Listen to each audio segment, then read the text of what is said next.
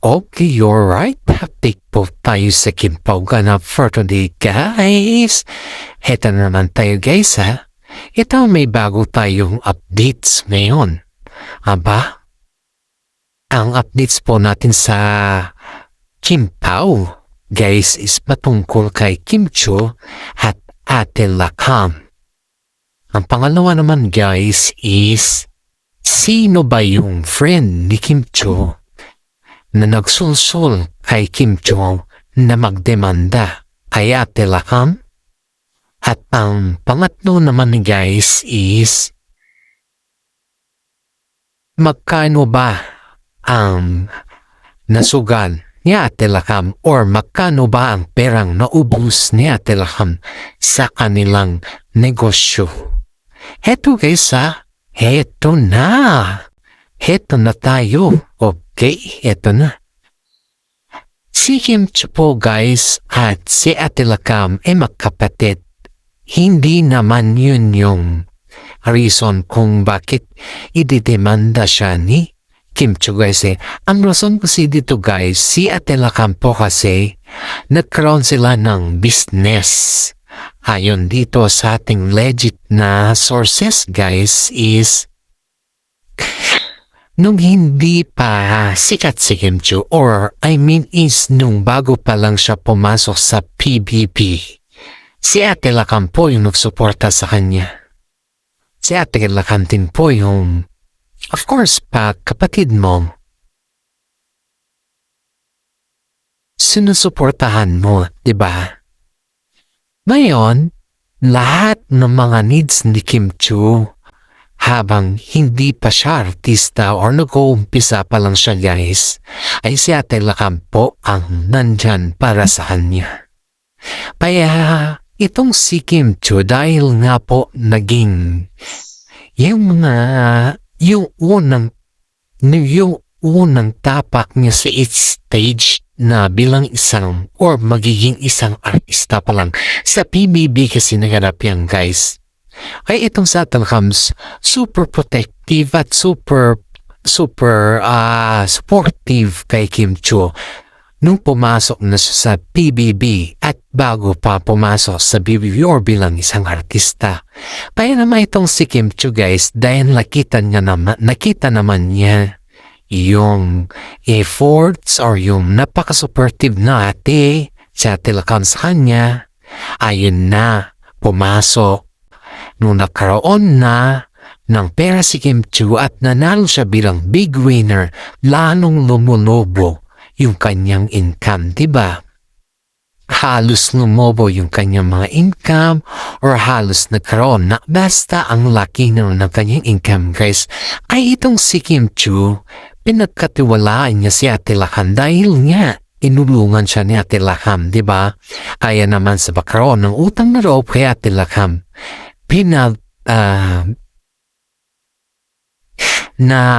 kumbaga, guys, is nagkaroon sila ng business. Yung business na yun, guys, is partnership sila. Pero ang business na yun, guys, is si Ate Lakam ang humahawak. Hindi si Kim Chiu. Kasi si Kim Chiu kasi, guys, is isa siyang artista. Alam naman din natin na isa siyang artista. Pero si Ate Lakam naman, guys, hindi naman siya artista. So, pwede siyang nakakagalaw anytime, di ba? Yun yung nasa isip ni Kim Chiu. Pero, guys, hindi sukat akalain ni Kim Chiu na yung negosyo na yun since or nag-start sila ay palugi na. At ito pa, guys, magkaiba po yung sinasabi na pinapasa ni Ate Lakam na mga documents kay Kim Chiu at sa sinasabi niya sa kanya. Kasi, guys, alam niyo kung paano nalaman ni Kim Chiu na halos wala na palang natitira dun sa negosyo na yun, guys, is dun sa secretary nila. Kasi alam niyo, guys, sa sobrang tiwala ni Kim Chiu kay Ate Lakam, hindi naman kasi akalain ni Kim Chiu na ganun kalala yung bisyo ni Ate Lakam guys. Hindi niya na-expect na pati pala negosyo ay maibibenta or lahat ng mga income ay makukuha sa mga ganun na bagay. Pero in fairness naman kay Ate Lakam guys, ay nakita niya na yung kasikatan ni Kim Chiu sinamantala naman niya. Kaya sa sobrang galit ni Kim Chiu guys, dinemanda niya na si Ate Lakam. Alam niyo guys ito dadako tayo sa pangalawang topic natin na kung sino yung friend ni Kim Chiu na nagsabi tungkol sa nangyayari kay Ate Lakam guys is I don't want to say the name or I don't want to mention the name guys kasi baka magagalit sa atin yung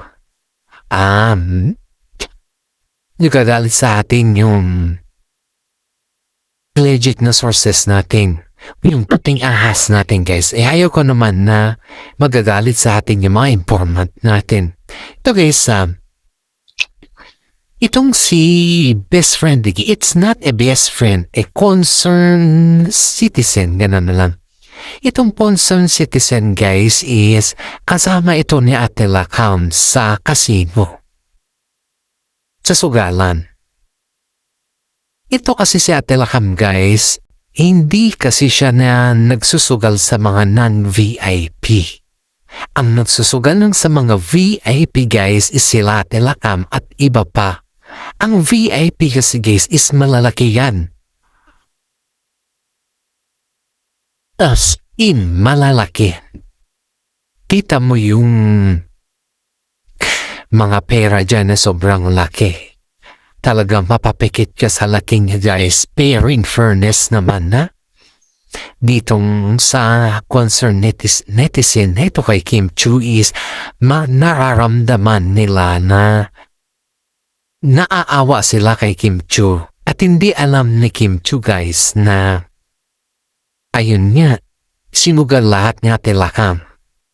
Nung nakasakit si Ate Lakam guys, kasi itong si Kim Chiu is very protective kay Ate Lakam.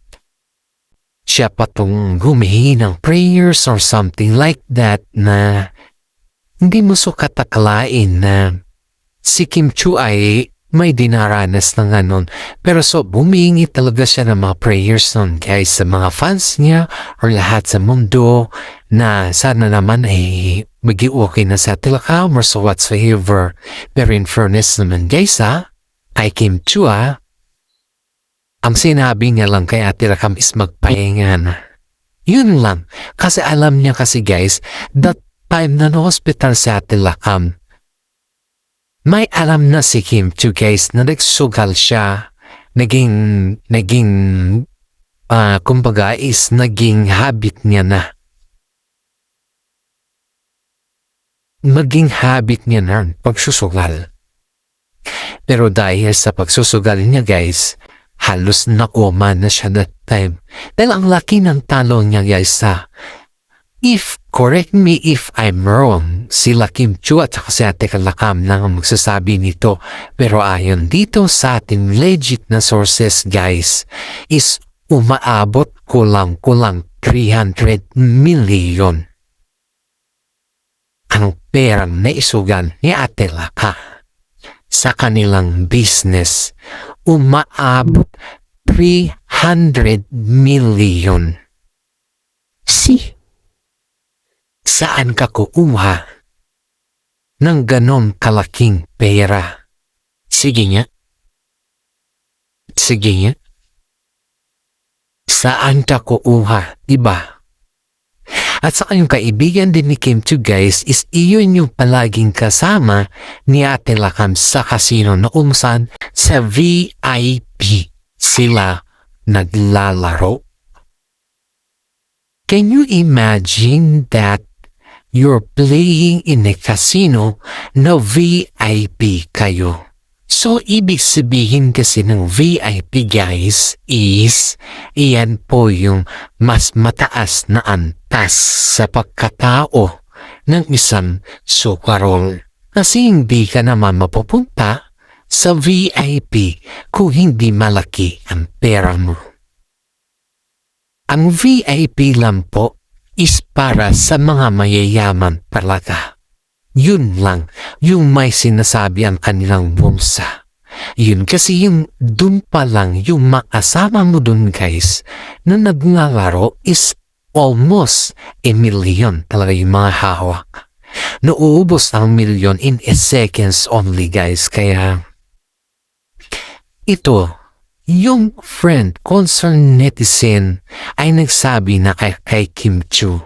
Kaya nga, nung pina-audit ni Kim Chiu, kasi nakakaramdam na si Kim Chiu guys, nung sinabi ng netizen, yung concerned netizen yung guys is hindi pa naniwala si Kim Chiu kasi nga alam niya yung flows ng business nila. Hindi naman niya sukat akalain na yung income pala ng business nila ay nakakain na pala sa sugal. Halos wala nang natira kay Kim Chiu guys. Ang natira na lang kay Kim Chiu guys is ayon dito sa ating legit na sources is 10,000 na lang daw.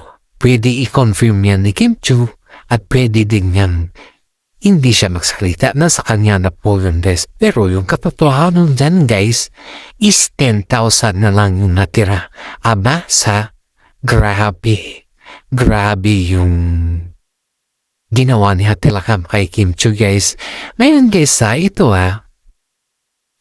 dahil nga sila ay magkapatid, hindi mo pwedeng kasuhan siya ng pinakamataas na antas.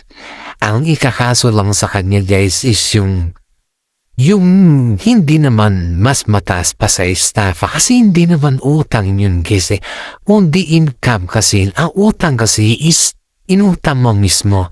Pero yung guys is income. Kaya kung sabi ng makaramihan na sobra yung ginawa ni Ate Laham kay Kim Chiu kasi kita mo naman yung nangyayari na halos hindi na masigura ni Kim Chiu yung ginawa ni Ate Laham guys. And this is for today guys. Maraming salamat at God bless po sa ating lahat.